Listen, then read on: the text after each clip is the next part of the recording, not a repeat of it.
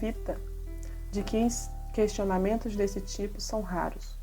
Não faltam exemplos de sermões como esse viés complementarista no YouTube. Você está vendo mulheres galgando posições na sociedade que não lhes pertencem.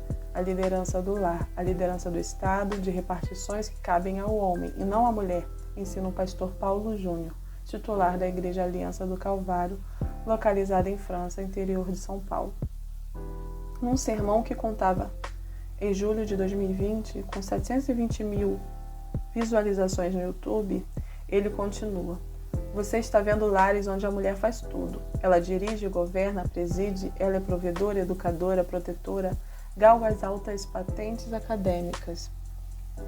Não estou falando nada contra a mulher estudar, mas ela exige uma posição de liderança, de independência e de ser igual ou melhor que o homem. E o homem, no pós-modernismo, está completamente deslocado, perdido no seu papel. Ele não sabe se tem condição de mandar, de presidir. Uma das coisas horrorosas nesse pós-modernismo é tirar a voz ativa do homem, a virilidade do homem, a macheza do homem, o governo do homem. Isso está destruindo a família. Quando nós fugimos desses conceitos, desses princípios que Deus estabeleceu, a família vai à bancarrota, vai à queda, vai à destruição. Ele ressalta que estar sob a autoridade masculina, nesse papel definido por Deus, não significa ser inferior, mas ter um papel diferente. A imagem e semelhança de Deus compreendem macho e fêmea, homem e mulher. Ser diferente do homem não significa ser inferior ao homem, mas quando você inverte os papéis, o que acontece? A mulher não tem estrutura psicológica, emocional e física para liderar. Ela vai se saturar, vai ter um estresse. Deus, na sua sabedoria, colocou cada um na sua função. E quando a mulher entende que ela tem que ser submissa ao homem e que a liderança e o governo da família estão sob ele e ela se submete, ela se inferioriza. Mas isso é uma mentira. Não teria razão para isso. Mais conhecido do público, o bispo Edir Macedo, fundador da Igreja Universal do Reino de Deus, com mais de 1 milhão de seguidores no Instagram e 2,7 milhões no Facebook, ilustra o que pensa sobre o princípio da submissão à liderança masculina numa pregação no Templo de São Paulo, sede da Igreja em São Paulo. Ao lado da esposa Esther e de suas filhas Cristiane e Viviane, ele explica por que as impediu de fazerem faculdade antes do casamento. Quando nós fomos morar nos Estados Unidos, eu disse a elas: vocês vão fazer o high school, apenas o ensino médio. Não vão fazer a faculdade. A Esther me apoiou, mas os parentes acharam um absurdo. Porque se você se formar em determinada profissão, vai trabalhar para si, vai servir a si mesma, mas eu quero que vocês sirvam a Deus. Eu não estou contra você estudar e se formar, mas no caso delas, eu não as criei para servirem a si mesmas. Eu as criei para servirem ao Senhor. Até o seu casamento, você vai ser apenas uma esposa de ensino médio, porque se é Cristiane, ele a chama para perto de si no palco. Se ela fosse doutora e tivesse um grau de conhecimento elevado e encontrasse um rapaz com um grau de conhecimento baixo, ele não seria o cabeça, ela seria a cabeça, não é isso? E se ela fosse a cabeça, não serviria à vontade de Deus. O homem tem que ser a cabeça, porque se não for cabeça, o casamento estará fadado ao fracasso. Mas não é isso que se ensina hoje. O que se ensina é: minha filha, você nunca vai ficar sujeita a um homem, não é assim? Você não vai ficar sujeita a um homem? Tá bom, então vai ficar sujeita à infelicidade. Porque não existe família, não existe casamento, não existe felicidade se a mulher for cabeça e o homem, corpo, é fracasso. Tanto é que tem mulheres inteligentíssimas que não conseguem encontrar o cabeça. Sim ou não? Porque como é que uma pessoa que tem uma cabeça lá em cima vai se submeter a uma pessoa que está aqui? Ele faz um gesto como mostrando uma pessoa baixinha. Vocês entenderam? O pastor Josué Gonçalves, da Igreja Família Debaixo da Graça, teólogo com especialização na área de aconselhamento, autor de 23 livros incluindo o best-seller 104 erros que um casal não pode cometer, com mais de 200 mil cópias vendidas e com mensagens que ultrapassam 1,2 milhão de visualizações no YouTube, defende que reconhecer o marido como o cabeça do lar é o primeiro passo para uma atitude de submissão. Quando a mulher não reconhece o marido como líder, ela passa a usar alguns meios para roubar-lhe a autoridade, competindo pela liderança. Quais os meios que uma mulher pode usar para roubar, interferir, diminuir a autoridade do marido? Ele responde à pergunta que fez, afirmando que mulheres rebeldes tentam usurpar a liderança do homem, impondo horários rígidos na casa, reclamando de doenças que não existem, usando o choro como uma arma para impor um desejo, forjando uma falsa espiritualidade e, claro, através do sexo. O pastor pentecostal Silas Malafaia, da Assembleia de Deus Vitória em Cristo, com 2,6 milhões de seguidores no Instagram, observa que a Bíblia diz em Efésios 5:22 que a mulher tem que ser submissa ao marido. O grande problema em torno desse assunto é que muitos não entendem o real sentido de submissão. Submissão é aceitar a missão do outro. O marido tem o papel de autoridade, isto é, ele é responsável por promoção, provisão, proteção, lei, ordem, coesão e liderança em seu lar. Nesse caso, a mulher precisa aceitar que o marido é o responsável maior pelo lar e ser sua ajudadora. O casamento é uma relação de troca e reciprocidade. Então, o homem e a mulher cumprem papéis que se completam e contribuem para uma família saudável.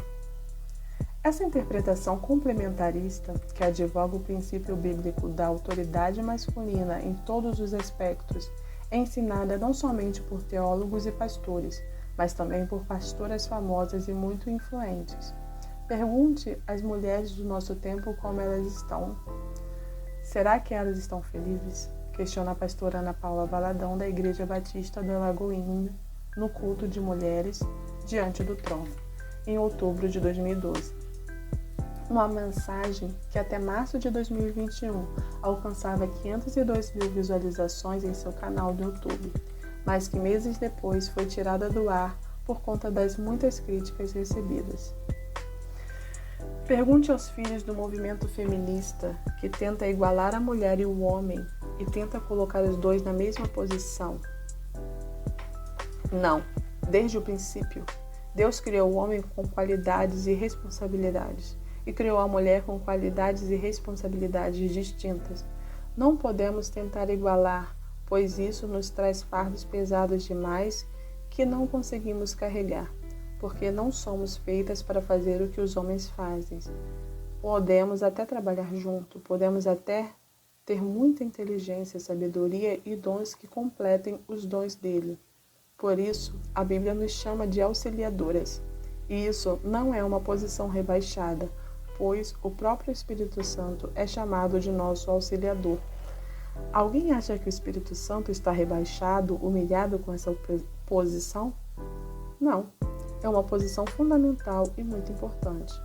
O respeito vai muito além de você admirar, também fala de honrar, de louvar, de elogiar, de levantar e exaltar a pessoa de seu marido através da sua ação de obediência e de submissão. Helena Tanuri, uma pregadora admirada com mais de 720 mil inscritos em seu canal do YouTube, afirma que submissão é uma palavra que pesa e incomoda os ouvidos da mulher do século XXI. Submissão parece algo do tempo das cavernas. Voltamos à Idade Média. Mas não é nada disso. O padrão de Deus para a submissão está ligado a apoio, suporte. A mulher foi feita para ser auxiliadora. Far-lhe-ei uma auxiliadora que lhe seja idônea. Foi isso que Deus decretou sobre a feminilidade quando criou a mulher. Mas a gente resiste a isso, principalmente porque estamos contaminadas pelo movimento feminista. Eu entendo bem as mulheres que não toleram essa palavra por não conhecerem o propósito bíblico para ela. Submissão significa prestar ajuda, socorro, auxiliar, suportar, ser aquela que ajuda, que aconselha. Submissão não é sinônimo de apatia nem de escravidão, muito menos de não ter opinião.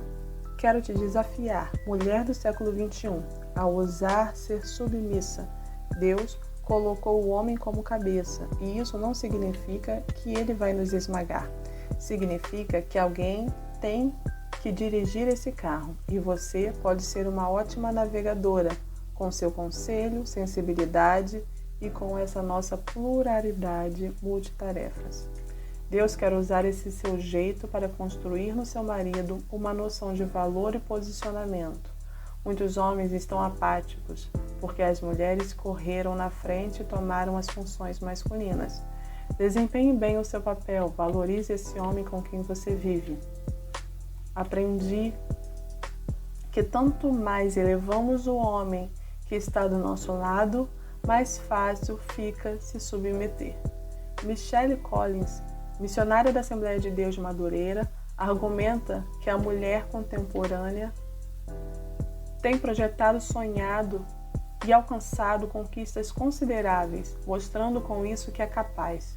Tem estado à frente em diversos espaços, como nas lideranças eclesiásticas, na tecnologia e na ciência, na medicina, nos poderes legislativo, executivo e judiciário, nas forças armadas e nas grandes empresas.